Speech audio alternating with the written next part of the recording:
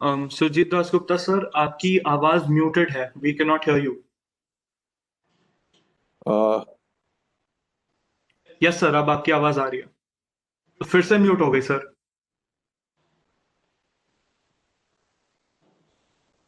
Is it okay? Can you yes sir, hear me it's now? Fine now, thank you. Yes sir, Okay. Thank you. नमस्कार, वंदे मातरम। जितने नमस्कार। भी गुणीजन है panel पे, सबको मेरा नमस्कार। संवैधानिक दिवस हालांकि 26 नवंबर को होता है।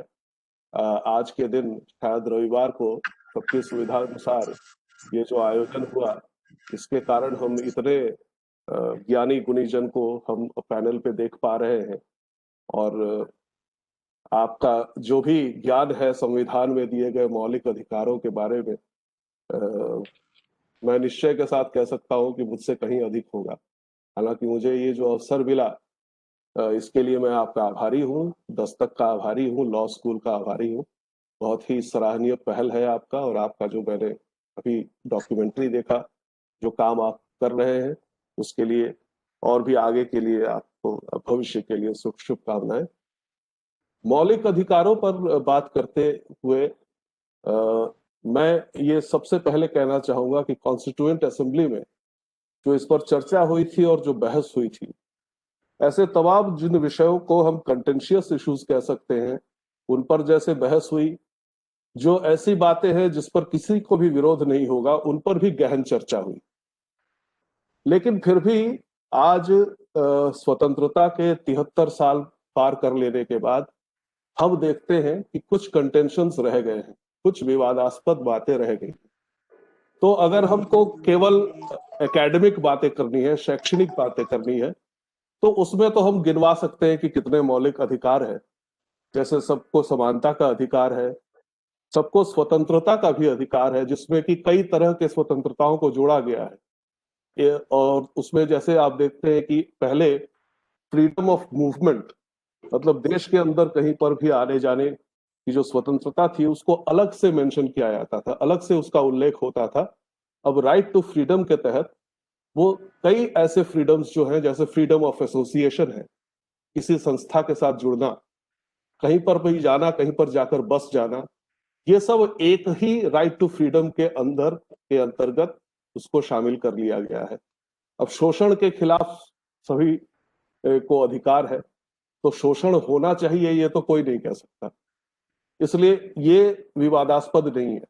Right to freedom of religion जो है, जो आपकी धार्मिक आस्थाएं हैं, आपका मजहब जो है, क्योंकि धर्म से कभी कभी एक गलत संदेश जाता है, क्योंकि धर्म जो है वो एक किसी का व्यक्तिगत पंथ हो सकता है, लेकिन मजहब जो है या रिलीजन जो है वो क्लियरली डिफाइंड है। और इसमें एक जो विवादास्पद हिस्सा है, भाग है, वो है राइट टू प्रोपोगेट रिलीजन। तो क्या उस पर कॉन्स्टिट्यूएंट असेंबली में समुचित बहस हुई थी? कितनी हुई थी? सेक्युलरिज्म जो हम जानते हैं कि इमरजेंसी के दौरान संविधान में जिसको शामिल किया गया, अगर right to freedom of religion था, तो उसके साथ ही शुरू से ही सेक्युलर राष्ट्र क्यों नहीं घोषित किया गया भारत को? और प्रोपोगेशन में कहां से कहां तक आपको अधिकार है, अर्थात स्वतंत्रता के बारे में एक मूलभूत जो विश्व भर में लोग मानते हैं कि स्वतंत्रता का दायरा क्या होना चाहिए। My freedom ends where your begins. मेरी स्वतंत्रता वहां समाप्त हो जाती है जब वो आपकी स्वतंत्रता को हनन करने का प्रयास करती है। तो क्या ये प्रावधान हमारे संविधान में है? क्या right to freedom of religion में इसका उल्लेख है कि प्रोपोगेशन करते करते कहां जाकर आपको रुक जाना चाहिए? क्या उसमें यह लिखा है कि आप इंड्यूसमेंट द्वारा धर्मांतरण नहीं कर सकते, किसी को डरा धमका कर धर्मांतरण नहीं कर सकते? मेरे विचार से इस पर स्पष्टता का अभाव है, जिस कारण आज भी हम इन विषयों पर पूरा देश आंदोलित हो जाता है इन विषयों पर। कई बार ऐसी घटनाएं घटती हैं, इन दिनों लव जिहाद की घटनाएं घट रही हैं, जिसमें लोग आमतौर पे मान लेते हैं कि केवल चीटिंग इन्वॉल्व है, यानी धोखाधड़ी कर कर किसी के नजदीक आना, उसे फांसना शादी के लिए, और एक ऐसे समय पे जाकर अपनी असलियत जाहिर करना जब लड़की के लिए वापस जाने का रास्ता बंद हो चुका होता है। मेरे विचार से केवल ये धोखाधड़ी का मामला नहीं है, क्योंकि ऐसी जगहों पर जहां पर की पूर्ण जानकारी होती है और फिर भी इस तरह की मैच मेकिंग जो होती है, आज जैसे आज सुबह से एक खबर काफी चल रही है कि ये जो लेट जो साजिद वाजिद की जोड़ी थी, उसमें से जो लेट वाजिद खान है, उनकी पत्नी पारसी समुदाय से आई थी और उनको किस तरह से प्रताड़ना का शिकार होना पड़ा उस परिवार में विवाह के पश्चात। तो इन सब चीजों पर, और चूंकि वो एक सेलिब्रिटी फैमिली है, तो उस पर पूरे देश में चर्चा हो रही है। मेरे विचार से अगर कॉन्स्टिट्यूएंट असेंबली में कोई ऐसी बात की गई कि हम जितने भी प्रावधानों पे बहस कर रहे हैं यही अंतिम बहस है, इसके बाद कोई बहस नहीं होगी, ऐसी बात नहीं थी, और उसी कारण से संशोधन का प्रावधान रखा गया कि समय समय पर हम इस संविधान का संशोधन करेंगे। लेकिन फिर भी कुछ हिस्से जो जैसे अमिताभ जी जैसे वरिष्ठ अधिवक्ता हमारे साथ है, वो शायद और बेहतर बता पाएंगे कि कुछ शेड्यूल ऐसे हैं जिनको आप छेड़ नहीं सकते, जिन पर आप बहस नहीं कर सकते, जिनको आप सुप्रीम कोर्ट में भी चैलेंज नहीं कर सकते। तो ऐसे कौन से प्रावधान है जिससे कि जो मूल स्पिरिट है फ्रीडम का, वो उसका हनन होता है। इसके अलावा देखिए, राइट टू एजुकेशन कल्चर है, शिक्षा के प्रति आपका मौलिक अधिकार है, अपनी संस्कृति अपने संस्कार के प्रति आपका मौलिक अधिकार है, कॉन्स्टिट्यूशनल रेमेडीज पर भी आपका मौलिक अधिकार है। और इस पे हमें यह सोचना चाहिए कि अगर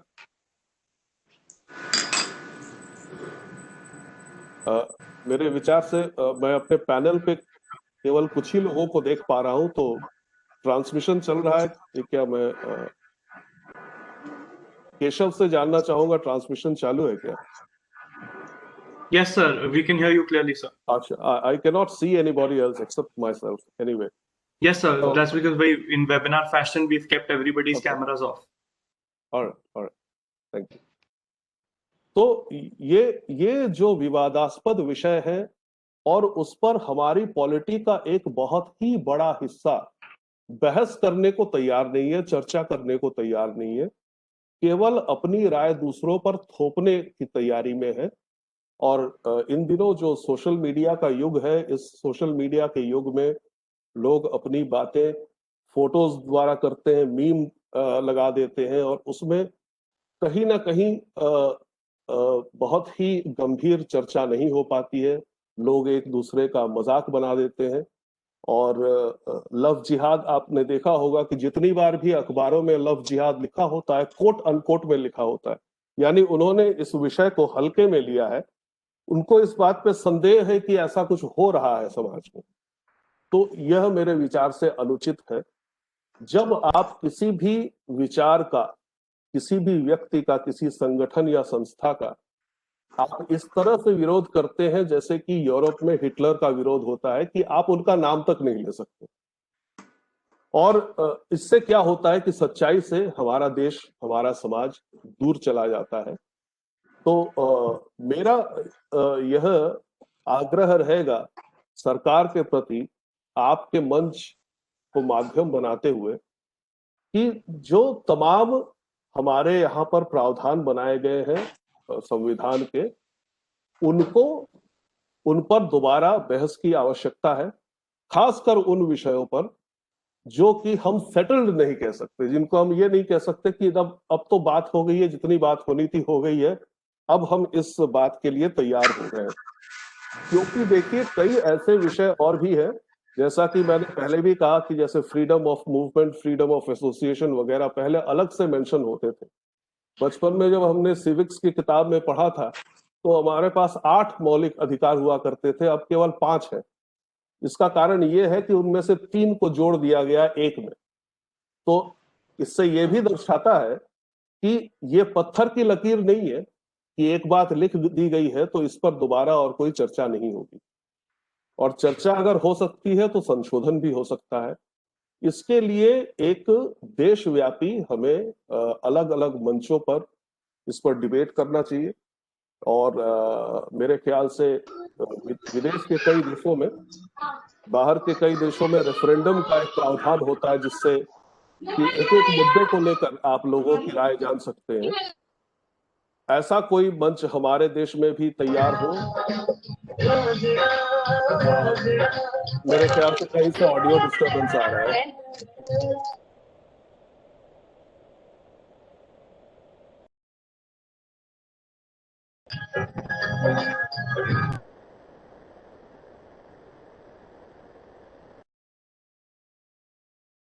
हाँ काजल, अपना वीडियो ऑन करो, ऑफ करो। सुरजीत सर, आप म्यूटेड हैं, प्लीज अपने आप को अनम्यूट कर दीजिए please. Should I continue? Yes sir, sorry for the inconvenience, please continue. Okay. How much more time do I have? All right. Anyway, मैं अपने वाचन को जल्द ही विराम देने वाला हूं। तो मैं ये कह रहा था कि जो ऐसे प्रावधान है जिस पर आज तक बहस होती है, जैसे धर्म या मजहब पर अधिकार, तो इन विषयों पर चर्चा दोबारा होनी चाहिए, पूरे देश भर में चर्चा होनी चाहिए। और इसके लिए ऐसे मंच बनाए जाने चाहिए, जैसे अगर अमेरिका में प्रेसिडेंशियल डिबेट के दौरान हम देखते हैं कि विभिन्न विषयों पर दोनों पक्षों के जो उम्मीदवार हैं, एक वो सिटिंग प्रेसिडेंट जो है और उनके जो चैलेंजर हैं, वो बहस करते हैं। कई देशों में रेफरेंडम का प्रावधान है, जहां पर कि एक एक मुद्दे को आप अलग से लेकर उस पर लोगों की राय ले सकते हैं। तो इसी प्रकार से कई ऐसे मंच हमारे यहाँ शुरू हो सकते हैं, जिससे कि हम आम राय बना सके। ये जो हम अधिकारों की बात करते हैं, इन अधिकारों की सीमा क्या होनी चाहिए, और क्या केवल अधिकार को लेकर, मौलिक अधिकार को लेकर ही आप कोर्ट जा सकते हैं, या ड्यूटीज के लिए आपको कोर्ट नहीं जाना चाहिए? वो क्यों प्रावधान नहीं रखा गया संविधान में? ये भी चर्चा का विषय है, क्योंकि अक्सर हम अपने ड्यूटीज को, अपने कर्तव्यों को, राष्ट्र के प्रति अपने कर्तव्यों को भूल जाते हैं, केवल अपने अधिकारों को याद रखते हैं, जिससे हमारे देश में एक अराजकता की सृष्टि होती है। जो एक ऐसा माहौल बनता है जिससे ना तो हम आर्थिक रूप से विकास कर सकते हैं, न सामाजिक तौर पे विकास कर सकते हैं, सारा काम ठप पड़ जाता है। तो इसलिए ये जो मौलिक अधिकार हैं, उनके साथ साथ मौलिक कर्तव्यों की भी बात होनी चाहिए। और जो directive principles of state policy है, जिन पर कि आने वाले वक्ता अपनी बात रखेंगे, उनको भी मेरे विचार से धीरे धीरे, शनय शनय, क्रमानुसार, जिस तरह से सुविधा हो, और लेकिन हो जरूर, ये लिखा भी गया था कि इन चीजों को भी बिल्कुल लीगली बाइंडिंग बनाया जाएगा। तो इनको लीगली बाइंडिंग बनाया जाए, इस बात के साथ मैं अपनी वाणी को विराम देता हूं। धन्यवाद।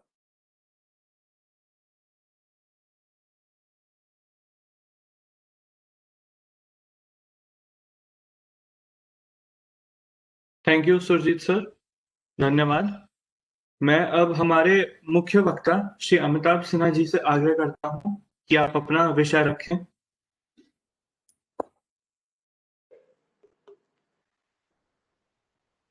आपकी